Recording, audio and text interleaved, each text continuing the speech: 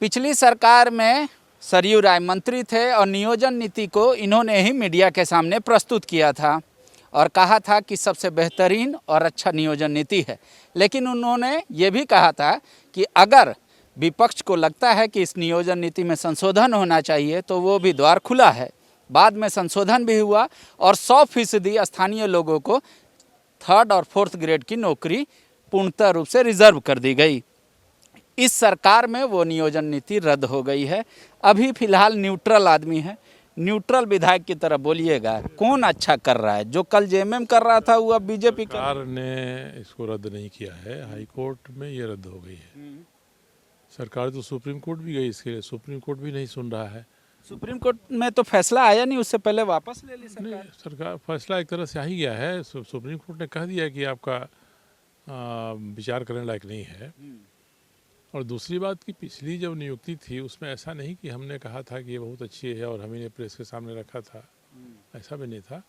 उस समय भी जब 2 भागों में झारखंड को बांटा गया था तो मैंने इस पर आवाज़ उठाई थी कि एक ही राज्य में 2 तरह की नियोजन नीति नहीं हो सकती है। फिर तो उसके बाद 24 जिले के लिए एक नियोजन नीति हो गया था अमर बावरी की अध्यक्षता में। जो 24 कमेटी बना के रिपोर्ट दे देगी तो उससे नहीं न हो जाता है। आखिर संविधान कानून भी कोई चीज़ है। अगर इस तरह की जिस तरह से शेड्यूल एरिया में आप प्रतिबंध लगाएंगे वैसा ही प्रतिबंध नॉन शेड्यूल एरिया में लगाएंगे तो कानून की अदालत में टिकेगा नहीं। तो आपके अनुसार से अब ये सरकार तो एक विधायक के लिखित दिखा रहा था जवाब में कि सरकार के पास कोई फिलहाल नियोजन नीति लाने का कोई विचार नहीं है, ऐसा लिखित दिया है। तो इस आधार में हजारों युवा सड़क पर के चलाएंगे, कोई नीति जरूरी नहीं है। नीति नहीं है तो जो सर्वमान्य चीज़ है वो है, उसके आधार पर करेंगे। तब तो फिर वही बात उठेगा कि बाहरियों को नौकरी मिल रही है। अब ये उठ सकता है, इसके लिए कोई तरीका निकाल सकते हैं ये कि बाहरी ना आए। बिना नीति के भी ये कार्यक्रम तो कर सकते हैं।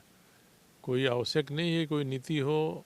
नीति की बाध्यता तब होती है जब आप कुछ बंधन लगाना चाहते हैं। अगर ये सरकार तैयार है कि हम बिना नीति के नियोजन करेंगे तो जो संविधान कानून के प्रावधान है उसके हिसाब से आप कर सकते हैं। अभी की गवर्नमेंट कोरोना काल के बाद जिस तरीके से काम कर रही है, अनुपूरक बजट लेके आई, कई विभाग में 50% भी नहीं पहुंचा खर्च, आपको लग रहा है कि सही ट्रैक पे है नई सरकार? नई सरकार के पास खर्च की आप तुलना करते हैं कि पिछले बजट में आपने कहा था कि हम इतना खर्च करेंगे, वो नहीं खर्च कर पा रहे हैं। तो पिछले बजट में आपने जो कहा था उसके हिसाब से आपको राजस्व ही नहीं आया। सवाल ये नहीं कि खर्च कम हुआ है, सवाल है कि आमदनी ही सरकार की नहीं हुई है कि खर्च करें। अब अफरा तफरी में 1 महीना है, इसमें क्या खर्च करते हैं लोग, मगर अब रेवेन्यू आना शुरू हुआ है 2-3 महीनों से। तो जो खर्च करेंगे मगर साल भर की भरपाई तो नहीं हो सकेगी। इसलिए इसको तो माफ़ करने वाला मानना चाहिए कि हर गलती माफ़ है इस साल में। अब आगे अब ला रहे हैं बजट तो इसमें दिखाई। मुख्यमंत्री प्रश्नकाल शुरू हुआ था, बिहार में नहीं था, झारखंड में शुरू हुआ था, हर सोमवार को रखा गया था। मुख्यमंत्री क्या वाकई में विपक्ष के सवाल से बचना चाहते हैं जो विलुपित जो इस बारे में सवाल पूछते हैं वो भी मुख्यमंत्री प्रश्नकाल को जानते नहीं हैं। मुख्यमंत्री प्रश्नकाल रखा गया था कि कोई नीतिगत विषय है राज्य से संबंधित तो आप उस विषय को मुख्यमंत्री के सामने एक दिन समय मिलेगा पूछिए। वैसे नीतिगत विषय को आप अल्पसूचित प्रश्न के नाते भी पूछ सकते हैं। मैं तो कभी भी मुख्यमंत्री प्रश्नकाल का समर्थक नहीं था, क्योंकि हर प्रकार के सवाल जो रास्ते चलते पूछ सकते हैं वो उसमें आ जाते थे, स्पीकर लोग स्वीकार कर लेते थे। तो मुख्यमंत्री के दिमाग में दुनिया भर की चीज़ें तो रहेंगी नहीं कि हर चीज़ का वो माकूल जवाब देते, तो भी उसी तरह का जवाब दे देते हैं लोग। इसलिए मुख्यमंत्री काल नहीं है तो मेरे लिए कोई अजूबा नहीं है। ये अच्छा ही है कि मुख्यमंत्री प्रश्नकाल नहीं चल रहा है।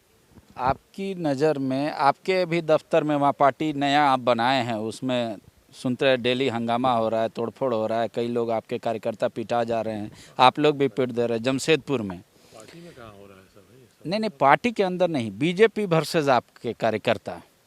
तो वाकई में लॉ एंड ऑर्डर नहीं, बीजेपी में कुछ लोग हैं जिनको परेशानी है। बीजेपी के तो अधिकांश लोग हमारे साथ हैं, हमसे उनके रिश्ते अच्छे हैं और हमारा समर्थन करते हैं, अभी भी करते हैं। जिन लोगों ने बीजेपी के ऊपर जमशेदपुर में कब्जा किया हुआ है, अपने नाम से नगर बसा देते हैं, अपने मार्ग से मार्केट बसा देते हैं, आप उस पर कालिक पोत देते हैं। तो जनता के लोगों ने पोत दिया एक बार, मगर अब सरकार तो कार्रवाई करती है, मुकदमा करती है। इसलिए हमको बीजेपी से कोई परेशानी नहीं है, बीजेपी को मुझसे कोई परेशानी नहीं है, बल्कि बीजेपी को जिस सवाल को उठाना चाहिए वैसे सवाल तो मैं ही उठाता हूँ, बहुत सारे सवाल। कल भी मैंने गोष्ठी कराया था।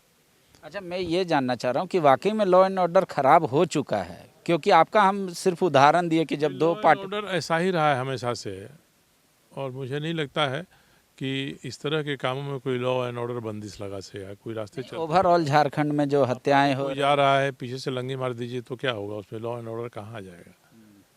तब है कि आप शिकायत करते हैं तो मुकदमे दर्ज होते हैं।